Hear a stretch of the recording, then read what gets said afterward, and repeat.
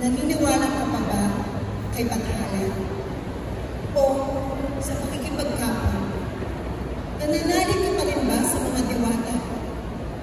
O sa mga ninuno mong yumao? Ginagabayan ka pa rin ba?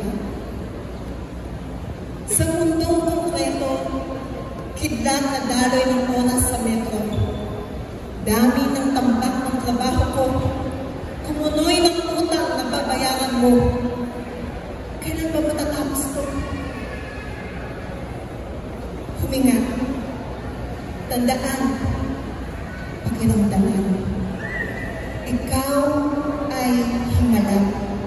Hiwaga ng hinga, binuo ng pagmamahal, dugo, talino at salita.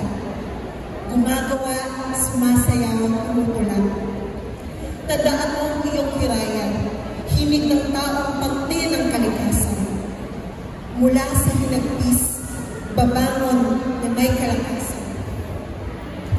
Dahil dito, totoo si Bathala. Tinuruan ang kaluluwa natin makipagkapwa. Ang mga indikasyon, bulong ng mga diwata, gabay ng ninunong pinasa ang karunungan na pagsubok sa buhay ay kayang nagpapalala.